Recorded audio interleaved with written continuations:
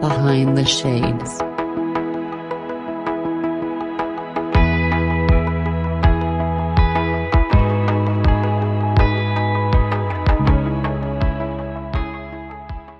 I didn't realize that your stress in your everyday life can show up in different parts of your body, because that's my understanding of what you're saying. Is that an accurate interpretation of it? Yes, absolutely. Stress can affect your central nervous system. And the central nervous system is essentially your body's and your brain's ability to govern over the body, tell the body how to function. What's your heart rate doing? What's your breathing doing? What's happening within your digestion? What's happening within your adrenal system? How are you sleeping at night?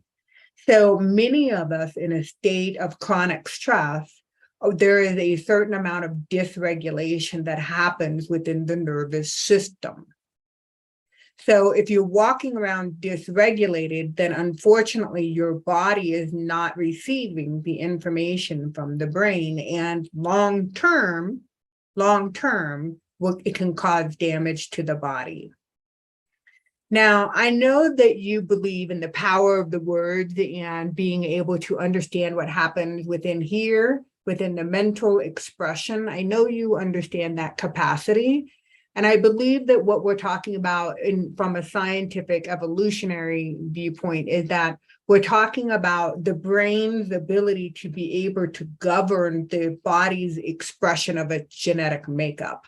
So we can literally through energy medicine, we can help reprogram the brain itself, the neurological synapses that happen, the messages that get converted into the body to see what kind of expression happens within their genetic makeup. So let's say that you have a belief system. Okay, my dad lived until he was 78, and my mom lived until she was 70. So I figure, I'm going to live until I'm probably about 74. So if you're walking around with that belief system that your genetic makeup is what expresses itself into the world, that's a limiting belief system. So there are things that you, Terrain, are doing environmentally that are a lot different than what your dad did or what your mom did or what your cousins or your family did. So maybe you may have a genetic predisposition for a certain tendency. You physically, through your choices, through your words, through your mindset, you can change how you choose to express yourself and how long you choose to live, and your vitality as to how you show up in this world. That reminds me of a time where there's a dream I had. And I'll share Yes. this with you, Mary, because you're such a kind soul right now. And there's this dream I used to have. I think I had it for about maybe a year or 2 years. Every night I had this dream. I was going to die at 30. So I navigated my life to do what I wanted to do to make sure that before I was 30 years old, because I believed that I was going to die, I accomplish it.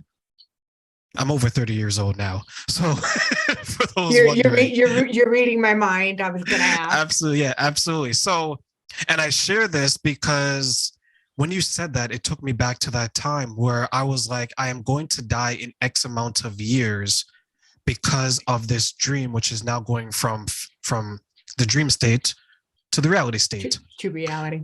To reality, right? So I made sure that, okay, I want to graduate. I want to go to high school. I want to go to college. I want to go to university. I want to do all these things, but I have to do it before this age, which is fine because in this part of the world, most of us graduate post-secondary, depending what you take, early 20s. So that was fine. But then you want to get a job and things of that nature. When my 30th birthday came and went, I realized, wow, I have at least 50 to 60 more years on the national average, of course. So now it's like I had a second lease on a life, even though in reality I didn't. But it goes back to your point when you're saying that if you're going to believe that your father passed away at 80, your mother passed away at 70, and you're going to die at 75, you're going to maneuver your life accordingly. And you went from potentially a self-limiting belief to a self-fulfilled prophecy. Do you find that happening to your clients? Absolutely. Absolutely, I do. I think that there are fields of science that we're finding more exploration within, like epigenetics or psychoneuroimmunology. These scientists and researchers are improving just how prevalent that is. So when you get someone that thinks that way, that moves that way, how does Mary come to them and say, hey, let's work through this together? And how do you help them work through it? Mm-hmm. From an energy medicine perspective, I assist them in grounding. Do you know what I mean by grounding? I have an idea, but can you explain to us, please? Yes. The earth that we live on has an electromagnetic frequency. It's called Schumann's resonance. And unfortunately, due to the climate changes, this frequency is changing, unfortunately. However, we as human beings also are electromagnetic. And the closer that we can come to matching the earth energy, the more sustainable our frequency becomes. So my first goal when somebody comes to me from an energetic medicine perspective is to create the environment in which we do a guided meditation and our frequencies become entrained, and we drop their frequency down and to meet the earth. And Terrain, my whole reason for doing this is to get them to get that looping thought, to ground them into what is present time reality, what's happening right now.